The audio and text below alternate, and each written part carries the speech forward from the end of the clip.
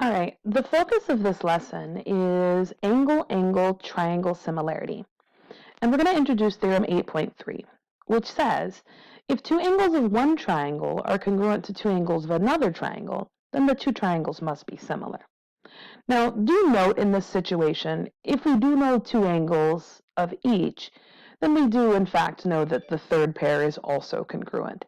But all this theorem is saying is that it's not necessary for us to know that third one in order to prove this similarity. So let's take a look at example 1. Determine whether the triangles are similar. If they are, write a similarity statement and explain your reasoning. Well, in order to use that theorem 8.3, we need two pairs of congruent angles. And as of right now, we see one. And we can see that angles D and G are congruent because they're both right angles. But as of right now, we do not see matching second pair of angles. So what we're going to do is find one of the missing angles in this first triangle and see if it matches that second angle in the other. Now we know that the sum of the angles in a triangle is 180. And we know that this missing angle has to be 180 minus the sum of the two that are given. So 180 minus our 90 plus 26. Now, 90 plus 26 is 116. So we have 180 minus 116, which is in fact 64 degrees. So we know then that this angle here is 64 degrees. So we can see then that angles E and H are also congruent. Now that we have two pairs of congruent angles, we can say by theorem 8.3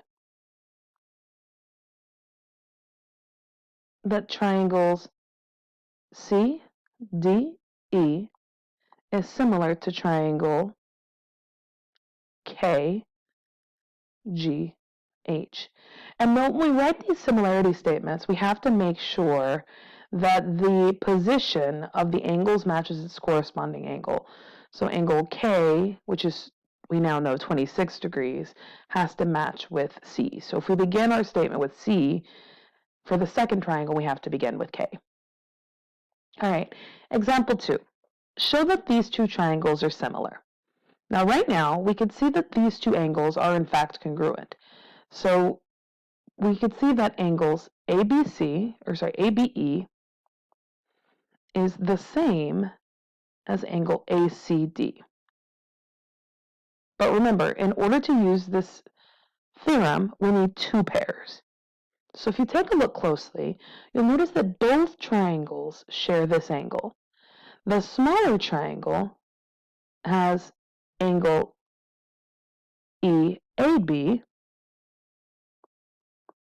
and the larger triangle has angle D, sorry about that, has angle DAC. And you'll notice that those are both angle A, meaning by the reflexive property, they are in fact congruent.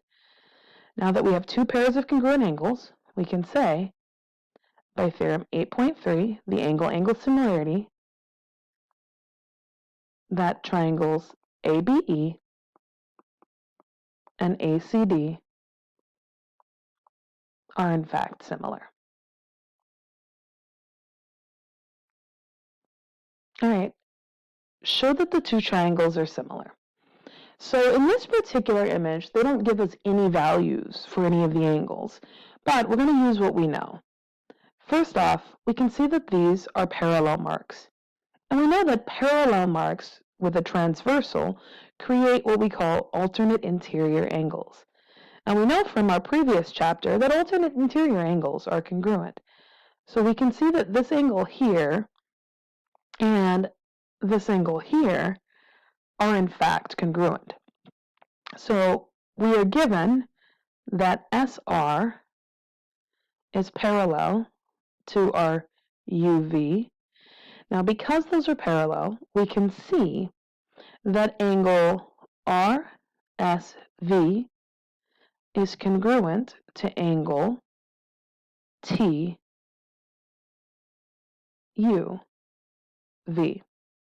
And that's because they are alternate interior angles. So let's just say by the alternate interior angle theorem. Now, we can also note that we have here vertical angles. And we could see then that SVR is congruent to UVT, and then in this case, by our vertical angle theorem, which says that vertical angles are congruent. Now that I have two pairs of congruent angles, we can say by theorem 8.3 that triangles SVR is similar to triangle UVT. All right, now it's your turn to try. Show that the triangles below are similar and write a similarity statement. Pause the video and give it a try.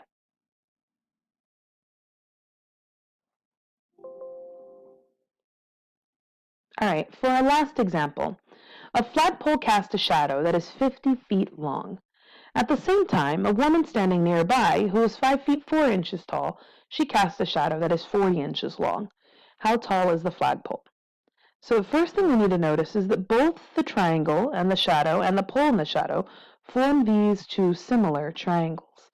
Now we know that they're similar triangles because these both have a right angle, and also because the sun shines on both shapes at the same angle, meaning the angle, this top angle to the ground, is going to be equivalent for both.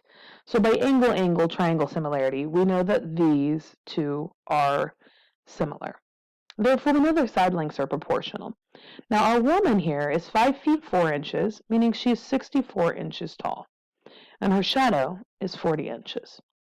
We don't know the height of the flagpole, but we do know its shadow is 50 inches.